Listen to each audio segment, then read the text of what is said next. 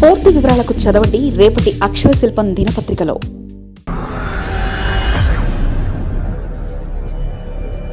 మరోసారి జగన్కు దగ్గరయ్యే ప్రయత్నాలు. రాజకీయాలు అంతే. రాజకీయాల్లో ఓపిక, సహనం అవసరం. అధికారం లేకపోతే పార్టీ మారితే ఎవరూ కేర్ చేయరు. పక్కనుండే 4-5 కూటమి నాయకులు తప్ప ఎవరూ పెద్దగా కలిసేందుకు కూడా ఆసక్తి చూపారు.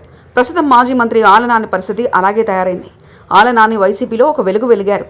పార్టీ అధికారంలో ఉన్నా లేకపోయినా ఏదో ఒక పదవి పొందారు. అలాగనుకుంటే వైసీపీ అధికారంలో రాకముందే ఆలనానిని జగన్ ఎమ్మెల్సీ చేశారు. తర్వాత అధికారంలోకి వచ్చిన తర్వాత వైసీపీ చీఫ్ జగన్ తన క్యాబినెట్లో చోటు కల్పించడమే కాకుండా మొదటి విడతలోనే వైద్య ఆరోగ్య శాఖ మంత్రిగా చేశారు.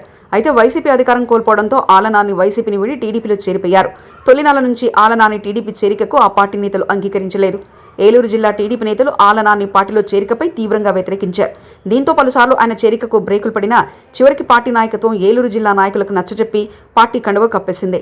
సీనియర్ నేతల నుంచి ద్వితీయ శ్రేణి నేతల వరకు ఆలనాని పార్టీలో చేరడాన్ని ఇప్పటికీ జీర్ణించుకోలేకపోతున్నారు. అసలు జిల్లాలో ఆలనాని అంటూ ఒక నేత ఉన్నారన్న విషయం అటు టీడీపీ నేతలతో పాటు ఆయన అనుచరులు కూడా మర్చిపోయారట. ఏలూరు జిల్లాను ఒకప్పుడు వైసీపీ హయాంలో శాసించిన నాని ఇప్పుడు వేళ్లు విరుచుకుంటూ కాలక్షేపం చేస్తున్నారు. పార్టీలో చేరి 8 నెలలు కావస్తున్నా బయటికి రావడం లేదు. చివరకు పార్టీ కార్యక్రమాలకు కూడా ఆలనానికి పిలుపులు లేవు. అసలు ఆలనానిని తమ నాయకుడిగా టీడీపీ నేతలు గుర్తించడం లేదు. వైసీపీ అధికారంలో ఉన్నప్పుడు తమపై పెట్టిన అక్రమ కేసులకు ఆలనాని ప్రధాన కారణమని భావించడం వల్లనే అంతటి వ్యతిరేకతను టీడీపీ క్యాడర్ లీడర్ల నుంచి ఆలనాని ఎదుర్కొన్నారు. అలాగని నిన్న కాకమున్న పార్టీలో చేరిన స్థానిక నాయకత్వ తీరుపై అధినాయకత్వానికి ఫిర్యాదు చేసే పరిస్థితి కూడా లేదు. దీంతో ఆలనాని అనవసరంగా పార్టీ మారానా అన్న బాధలో ఉన్నారట. వచ్చే ఎన్నికల్లో ఆలనానికి టీడీపీ టికెట్ దొరకడం కూడా కష్టమేనని అంటున్నారు. దీంతో ఆలనాని మరోసారి జగన్కు దగ్గరయ్యే ప్రయత్నాలు కూడా చేస్తున్నారంటున్నారు.